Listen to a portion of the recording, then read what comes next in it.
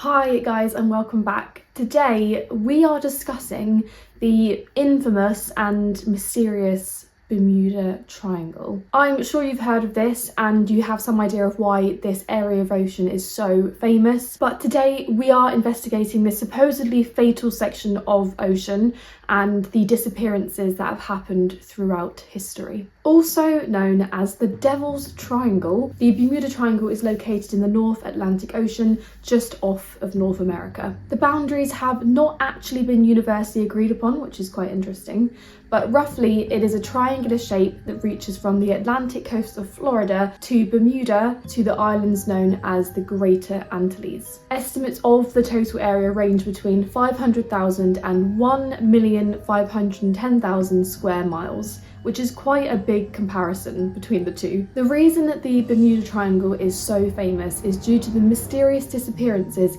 of many aircraft and ships, all losing contact with the outer world as they travelled into this region. In total, more than 50 ships and 20 airplanes are said to have gone missing. Before we get into these incidents though, let's wind the clock back to the early modern world. A strange light. On the night of the 11th of October 1492, Christopher Columbus and his crew on the Santa Maria witnessed an unexplained light and unusual compass readings only days before landing on Guanahani. He was the first to sail the area, and he noted that on 3 occasions the compass pointed in the wrong direction, 11¼ degrees off from the evening reading from the morning reading, which was unexplainable. He also noted that the sea rose without any wind whatsoever, which shocked them all, and then on the eve of discovering the New World, an unexplained light levitated on the horizon and then rose up. Columbus described the light in his log as a small wax candle that rose and lifted up, which for a few seconds seemed to be an indication of land. Aircraft incidents. We are going to go chronologically now through all of the incidents that involve aircrafts in this Bermuda Triangle. On the 10th of July 1945, Thomas Arthur Garner and 11 crew members were lost at sea in a US Navy patrol seaplane. They left the Naval Air Station in Florida at 7:07 p.m. on the 9th of July for a radar training flight to the Bahamas. Their last radio position report was sent at 1:16 a.m. the next morning near Providence Island, after which they were never heard from again. An extensive 10-day surface and air search found absolutely nothing. On the 5th of December that very same year, a group of 5 Avenger torpedo bombers named Flight 19 disappeared over the Bermuda Triangle after losing contact during a US navigation training flight from Naval Air Station Fort Lauderdale, Florida. All 14 naval aviators on the flight were lost, as were all 13 crew members of a Martin PBM Marina flying boat that launched from Naval Air Station Banana River to search for the missing planes. On the 3rd of July 1947, an American military aircraft crashed off the Florida coast after the pilot lost control in a huge storm. The mystery surrounding this is why the plane veered straight into the eye of the storm when it could have easily avoided it. In 1948, 2 more incidents commenced and ended the year. On the 30th of January, a passenger aircraft disappeared with 6 crew members and 27 passengers on board while making its way from Santa Maria Airport in the Azores to Kinley Field in Bermuda. And then on the 28th of December, a Douglas DC was lost with 3 crew members and 36 passengers en route from San Juan, Puerto Rico to Miami, Florida. The flight was said to be just 50 miles from Miami and the weather was clear with high visibility. The very next month, on the 17th of January 1949, a passenger plane went missing with 7 crew and 13 passengers on board as it flew from Kinley Field, Bermuda to Kingston Airport in Jamaica. On the 9th of November 1956, a patrol plane was lost with 10 members during takeoff from Bermuda. On the 9th of June 1965, an American military aircraft vanished between Florida and Grand Turk Island. The last call from the plane came from just north of Crooked Island in the Bahamas and 177 miles from Grand Turk Island. The next month, on the 18th of July, debris from the plane was found on the beach of Gold Rock Cay, just off the northeastern shore of Acklands Island. And then on the 6th of December that same year, a private aeroplane was lost with the pilot and 1 passenger as it was flying from Fort Lauderdale to Grand Bahamas Island. Skipping Skipping forward quite a few years, on the 20th of June 2005, a small aircraft disappeared between Treasure Cay Island, Bahamas and Fort Pierce, Florida, with 3 people on board. And a couple of years later, on the 10th of April 2007, a small plane went missing near Berry Island during a level 6 thunderstorm. And I tell you, I looked up the categories of different thunderstorms, like the levels they can be. The highest one is 5, so this had to be an incredibly strong storm to be a level 6. There were 2 people on board this plane. And then on the 23rd of February 2017, Turkish Airlines flight TK183 was forced to change its direction from Havana, Cuba to Washington Dulles Airport after some mechanical and electrical problems emerged over the triangle. A few months later, on the 15th of May, a private aircraft was at 24,000 feet when it vanished from radar and radio contact with air traffic controllers in Miami. Plane wreckage was later found. Marine incidents. Starting back in 1800, 2 ships were lost in the Bermuda Triangle. On the 29th of April that year, Patrick Fletcher was ordered to cruise between the West Indies and the American coast to protect American shipping interests and to capture any enemy vessels. After briefly stopping at Hampton Roads, the USS Insurgent ship sailed from her station on the 8th of August but was never heard from again. It was presumed that the ship and the crew got caught in a severe storm on the 20th of September, and this is also thought to have been the cause of the demise of the USS Pickering. On the 20th of August that year, the USS Pickering was sailing from Guadalupe to Delaware when the ship was never heard from again. Skipping forward 12 years, on the 20th December 1812, the daughter of Aaron Burr, the 3rd Vice President of the United States, was on board the Patriot, which was sailing from South Carolina to New York. The ship never made it to its destination. At the time, England and America were at war, and it was speculated that the ship may have been mistaken as a blockade runner and attacked, but there are no records to verify this. In 1814, USS Wasp's last known position was the Caribbean before it went missing with 140 people on board. In 1824, the USS Wildcat was on course from Cuba to Tompkins Island when this also vanished with 14 people on board. In 1840, the Rosalie, a French ship, was found abandoned inside the Bermuda Triangle with all her sails set and no crew aboard. Just gives me goosebumps. In 1881, according to legend, a sailing ship, the Ellen Austin, found a derelict vessel and placed a crew to sail the vessel to port. 2 versions of what happened to the vessel are: the vessel was either lost in a storm or was found again without a crew. In 1918, USS Cyclops with 306 crew and passengers left Barbados on the 4th of March for Baltimore, Maryland, but this ship never made it to its destination. On the 31st of January 1921, the Carroll A. Deering was found aground and abandoned at Diamond Shoals in North Carolina. It's almost more disturbing when they're just left on shore and there's no crew aboard, because it just makes you think, okay, the ship's here, where the hell's the crew? On the 1st of December 1925, the SS Cotopaxi had already departed Charleston, South Carolina 2 days before, and it was making its way for Havana, Cuba. It radioed a distress call reporting that the ship was sinking, and she was officially listed as overdue on the 31st of December. 60 years later, an unknown shipwreck was found off St. Augustine, Florida, and in 2020, it was identified as the remains of the SS Cotopaxi. Isn't that remarkable how long it took for the ship to be, well, found for one, and then identified? It's insane. In 1941, USS Proteus was lost with 58 people on board in heavy seas, having departed St. Thomas in the Virgin Islands on the 23rd of November.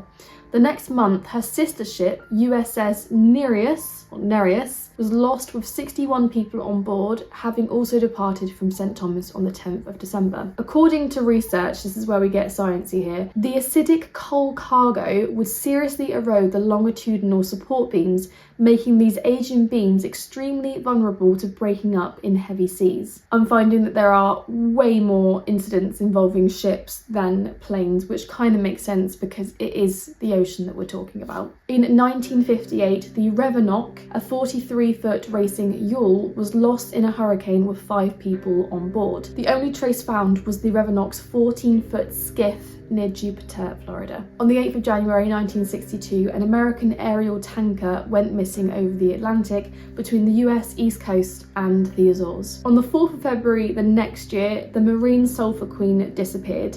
The ship was carrying 15,260 tons of sulphur and had 39 crew members on board. And the final report stated that the disaster was a result of poor design and maintenance of the ship, which is really not good. On the 22nd of December 1967, a Miami hotel owner and yachtsman, Dan Barak, set out on his cabin cruiser Witchcraft, which is an incredible name, with a priest named Patrick Horgan. The ship was taken 1 mile off the Miami coastline so that Barak and Horgan could view the Christmas lights visible from the shore, which sounds like a lovely thing to do. I'd love to go do that, just chill in a yacht and look at some Christmas lights. That night, Barak radioed a distress call to the Coast Guard, informing them that the boat's propeller had struck something underwater and that the vessel would need to be towed in. The Coast Guard requested that he send up a flare in about 20 minutes so that the boat could be more easily located. The official who received the call reportedly later noted that Barak did not seem too concerned about his boat,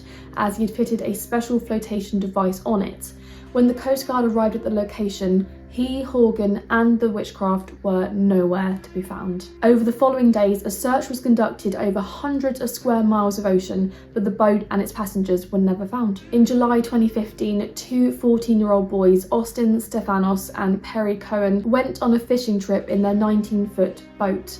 Despite the 15,000 square nautical mile wide search by the Coast Guard, the boat was found a year later off the coast of Bermuda, but the boys were gone. Oh, it's just really sad. It's absolutely just heartbreaking, just not knowing what happened to them. On the 1st of October 2015, the SS El Faro, with a crew of 33 on board, sank off the coast of the Bahamas within the Triangle after sailing into Hurricane Joaquin. Search crews identified the vessel 15,000 feet below the surface. An incident on land.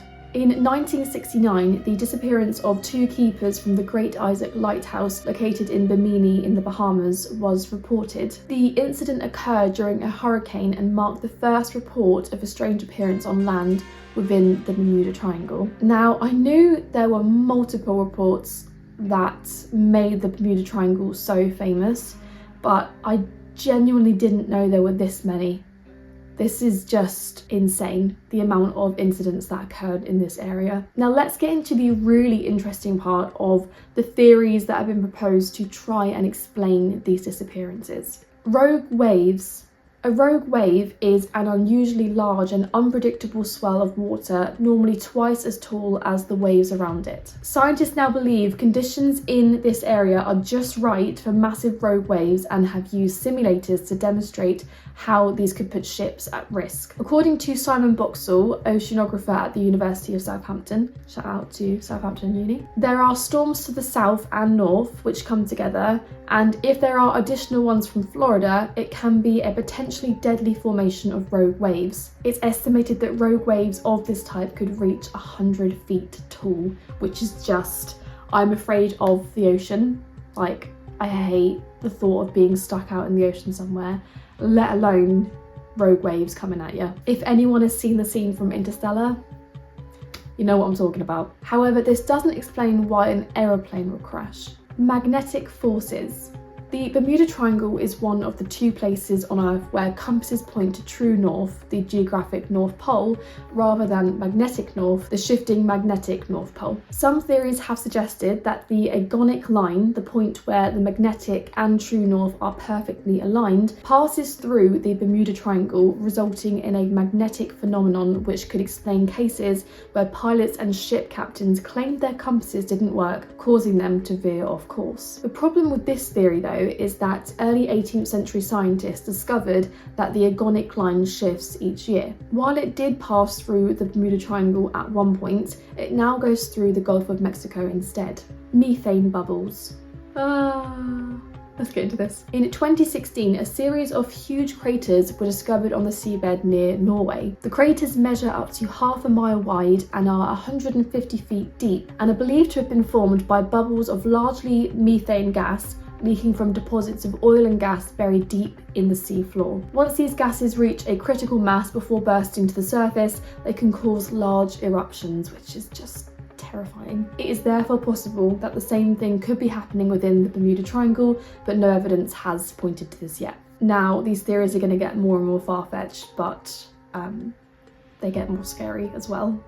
Wormholes. Pilot Bruce Gernon says that the Bermuda Triangle may well be a portal to another space and time. I didn't believe in time travel or teleportation until it happened to me. Gernon alleges that a fog surrounded my craft and I leaped ahead 100 miles. Gernon would then write a book about his experience. Some people point to the wormhole explanation as a reason why many vessels aren't found after crashing in the Bermuda Triangle, while others attribute this to the current of the Gulf Stream. Atlantis. Yeah, we're going there. American writer Charles Berlitz, who wrote countless books on different mysteries, contemplated the idea that the lost city of Atlantis was somehow responsible for the shipwrecks and plane crashes in the Bermuda Triangle. Since then, others have added to this theory, arguing that the technology developed by Atlanteans, including crystal energies, is still active on the seafloor, causing mechanical malfunctions in the boats and planes above. I'm not gonna lie, it does make sense. It's far-fetched, but it does make sense. American psychic Edgar Cayce claimed to be able to channel answers to questions about Atlantis and documented many readings about the lost city between 1924 and 1944. He said that the Bahamas banks were the last part of Atlantis to sink and that a trail of energy crystals lay on the island of Bohemia that were once used to fuel the city. These electromagnetic forces were said to be able to cause interference with airplane and ship electronic systems, causing them to vanish. Again, it's far-fetched, but at least it explains that part of it. In 1968, scuba diver J. Manson Valentine discovered a series of laid stones at the bottom of the ocean that appeared to form a road. However, no photos have been provided to prove this. And the last theory is, of course, my favourite: aliens. It's proposed that aliens are using the Bermuda Triangle as a Stargate portal to our planet, which is just so cool. Terrifying, but cool. In this area, they gather people and technology, so the disappearances, to conduct research on our species. This theory explains why many of the ships and planes that go down in the Bermuda Triangle are never recovered. Many believe that Flight 19, which disappeared back in 1945, may have been swept into this UFO portal. The weather that day was clear and the flight was supervised by an experienced pilot, Lieutenant Charles Carroll Taylor. Taylor had made a radio call saying, "We are entering white water.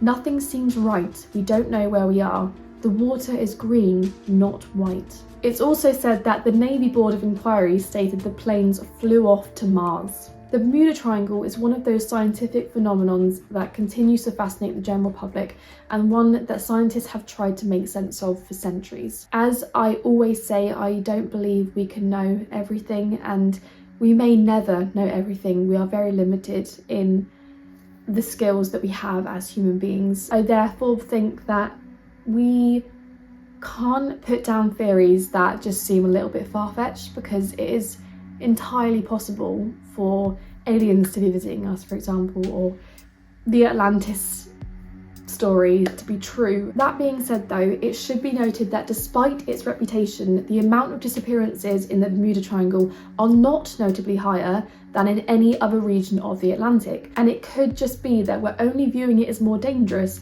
because we're continuing to focus on this one particular section of ocean. If we were to choose another random piece of the ocean and just focus entirely on that piece, we will probably experience the same thing. But let's say the Bermuda Triangle has been picked out for a specific reason and there is something going on in that section of the ocean. What do you think it is? Could it be aliens that have been visiting us for centuries and we just haven't had any idea? I thoroughly hope you enjoyed this one. Please subscribe for more like this, and I will see you in my next one.